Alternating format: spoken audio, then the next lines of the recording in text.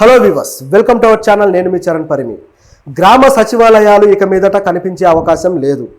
Yes, ఈ ప్రభుత్వం గ్రామ సచివాలయాలని తొలగిస్తుంది. సో సచివాలయాల స్థానంలో మరొక వ్యవస్థ రాబోతుంది. సో ఆ వ్యవస్థ ఏంటి, సచివాలయాలు అలాగే వాటి ఉద్యోగుల పరిస్థితి ఏంటి, వీళ్ళందరూ ఇప్పటికే ధర్నాలు చేస్తున్నారు, ప్రభుత్వం విధి విధానాల మీద ఆందోళనతో ఉన్నారు.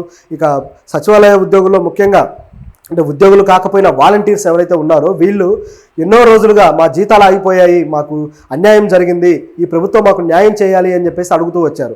అయినా సరే వాళ్ళకు న్యాయం జరగలేదు. దీని మీద మేము నిర్ణయం తీసుకుంటాం అంటూ 2 నెలలు గడిచిపోయాయి. సో ఈ 2 నెలల జీతాలు కూడా వాళ్ళకి ఇంతవరకు చేరలేదు.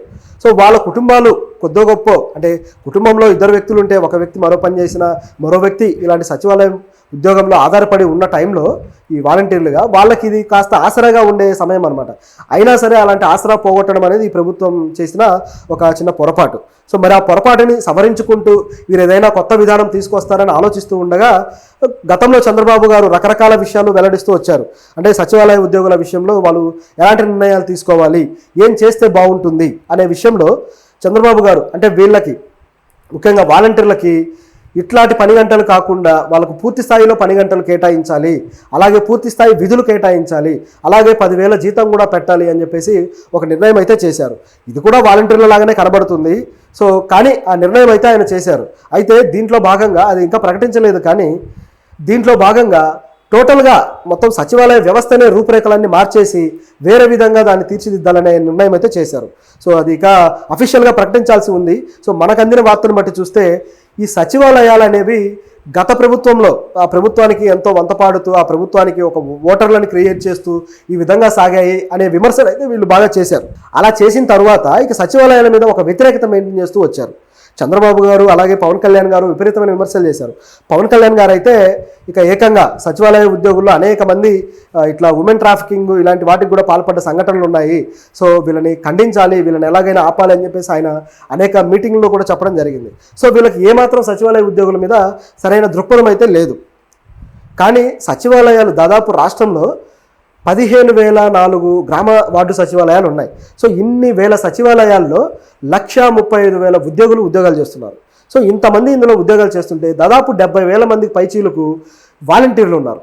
ఇక మిగతా ఉద్యోగులు లైక్ కానిస్టేబుల్స్ కావచ్చు, ఈ నర్సెస్ కావచ్చు, ఈ విధంగా రకరకాల శాఖలకు సంబంధించి అందులో ఉద్యోగులు ఉన్నారు. వాళ్ళకు కూడా సరైన విధి విధానాలు లేవు. వాళ్ళు ఏ వర్క్ చేయాలి, దేనికి వాళ్ళని కేటాయించాలి, వాళ్ళ విధులని అనేది తెలియకుండా పోయింది. కేవలం ఒక 2 లక్షలు 3 లక్షల ఉద్యోగాలు క్రియేట్ చేయడం కోసమే ఈ విధమైన ప్రోగ్రాం గత గవర్నమెంట్ పెట్టుకుంది అనేది గతంలో వచ్చిన విమర్శ. చూస్తే దీని పని విధానం కూడా అలాగే సాగింది. అయితే కొన్ని విషయాల్లో మాత్రం కొంత మేలు జరిగింది. అదేంటంటే సామాన్యులకి పెన్షన్స్ అందించే విషయం కావచ్చు, కొన్ని రేషన్ కార్డులు అలాగే ఆధార్ కార్డుల్లో ఉండే విషయాలు కావచ్చు, వీటికి సంబంధించి ఏవైనా త్వరితగతిన కావాల్సిన పనులు ఏవైతే ఉంటాయో వాటిని మాత్రం మీ సేవా కేంద్రాలకు చేర్చడం, ఈ సచివాలయాల్లో పేర్లు మార్పులు అవి ఇవన్నీ కూడా దగ్గర ఉండి వీళ్ళు చూసుకోవడంతో కాస్త ముందుకు కదిలింది. అలాగే ఈ పథకాల విషయంలో కూడా ఎవరు లబ్ధిదారులు ఎవరు కాదు, ఎవరికి ఏది త్వరగా అందించాలి అనే విషయంలో కూడా వాలంటీర్ల పని చాలా ఉంది. సో వాళ్ళు బాగా చేశారని చెప్పొచ్చు. అయితే అది సరిపోలేదన్నమాట. వాలంటీర్లకు ఒక ఉద్యోగ విధానం రూపొందించడం వల్ల అది ఇంకా ఎక్కువగా ఉపయోగించుకొని వాళ్ళ విధి విధానాలని వాళ్ళ పనిని ఇంకా బెటర్ చేస్తే ప్రభుత్వ పరిపాలన కూడా ఇంకా బాగుంటుంది అనే డెసిషన్కి చంద్రబాబు గారు వచ్చారు. ఇప్పుడు ఆయన ఏం చేస్తున్నారంటే గ్రామ సచివాలయం అనే పేరుని తొలగించేసి గ్రామ సంక్షేమ కార్యాలయం అని పెట్టబోతున్నారు. ఈ సంక్షేమ కార్యాలయంలో ఉండే ఈ వాలంటీర్ల పేర్లు కూడా మారిపోతాయి. సంక్షేమ అధికారి ఆ విధంగా వీళ్ళ పేర్లు పెట్టబోతున్నారు. సో ఇప్పుడు సంక్షేమ కార్యాలయాలు అంటే ఉన్న కార్యాలయాలన్నీ అలాగే ఉంటాయి. ఇప్పుడు ఏవైతే సచివాలయాలు ఉన్నాయో అవన్నీ అలాగే ఉంటాయి, వాటి పేర్లు మాత్రమే మారతాయి. అలాగే ఉద్యోగుల విధి విధానాలు మారతాయి. అలాగే ఇక్కడ ఉన్న అంటే ఉద్యోగులు విధులు సరిగ్గా లేని వాళ్ళందరినీ కూడా వేరే డిపార్ట్మెంట్లకి వేరే శాఖలకి వీళ్ళని బదిలీ చేయడానికి ఆలోచనలు చేస్తున్నారు. అలాగే వేరే శాఖల నుంచి ఆఫీసర్లని వీళ్ళకి ఇలా కనెక్ట్ చేయడానికి చూస్తున్నారు ఈ సంక్షేమ కార్యాలయానికి. సో ఇది వీళ్ళు చేయదలుచుకుంది. ఎందుకు ఇలా చేస్తున్నారంటే ఎప్పుడైతే సచివాలయాలు వచ్చాయో సచివాలయాలు వచ్చిన తర్వాత ఇక గ్రామ పంచాయతీల విధి విధానాలు పనులు కూడా పూర్తి స్థాయిలో తగ్గిపోయాయి. చాలా వరకు పనులన్నీ కూడా సచివాలయాల్లోనే జరగడం వల్ల ఇక గ్రామ పంచాయతీలు నిర్వీర్యం అయిపోయి అందులో ప్రజలకు పెద్ద ఉపయోగం లేని పరిస్థితి ఏర్పడింది. సో ఇప్పుడు ఈ విధంగా కాకుండా గ్రామ పంచాయతీ విధులు నిజానికి వాళ్ళు చేయాల్సినవి చాలానే ఉంటాయి. గ్రామ స్థాయిలో రోడ్లు కావచ్చు, అలాగే విద్యుత్ కావచ్చు, అలాగే వాటర్ సప్లై కావచ్చు, ఈ విధంగా అనేక పనులు ఉంటాయి. అలాగే స్కూల్స్, ఎలిమెంటరీ స్కూళ్ళ మరమ్మతులు కావచ్చు, వాటి బాగోగులు కావచ్చు, అంగన్వాడీ వాటికి సంబంధించిన పనులు కావచ్చు, ఇట్లాంటివి అనేకం ఉన్నాయి. అంటే కొన్ని కేంద్ర శాఖలు అయినా సరే డైరెక్ట్గా వీటికి నిధులు వచ్చేది కేంద్రాల నుంచే కాబట్టి సో ఈ విధంగా చేయాల్సిన బాధ్యత అయితే ఉంది. కానీ వాటికి సరైన నిధులు లేక అవి కుంటుపరిచారు. ఇప్పుడు సచివాలయాలు చూస్తే ఏమో పైన ఇలాంటి పనులన్నీ చేస్తున్నారు, కానీ ఈ మరమ్మతులు ఇలాంటి సామాజిక మౌలిక సదుపాయాల విషయంలో మాత్రం వెనకబడిపోయారు. సో వీటిని ఇప్పుడు బ్యాలెన్స్ చేయడం కోసం 2 డివైడ్ చేసేసి వాటికి చేయబోతున్నారు అనమాట. ఇది ఇప్పుడు ప్రభుత్వానికి ఉన్న ఆలోచన. అయితే ఇందులో పవన్ కళ్యాణ్ గారు ఇచ్చిన సూచనలు మాత్రం పెద్దగా పనిచేస్తున్నట్టు కనపడడం లేదు. ఎందుకంటే పవన్ కళ్యాణ్ గారు కొన్ని సూచనలు చేశారు. అంటే ఇంత వాలంటీర్ల వ్యవస్థ ఈ స్థాయిలో అక్కర్లేదు, చాలా వరకు వాళ్ళ వర్క్ దుర్వినియోగం అయిపోతుంది, కాబట్టి కొంతవరకు తగ్గించవచ్చు అనేది పవన్ కళ్యాణ్ గారి ఆలోచన.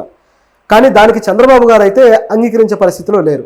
ఎందుకంటే వాలంటీర్లలో కొద్ది మందిని ఉద్యోగాల నుంచి తొలగించినా సరే ఆ విధుల నుంచి ఖచ్చితంగా ఇది మళ్ళీ ఒక రాజకీయపరమైన రగడగా మారే అవకాశం ఉంది.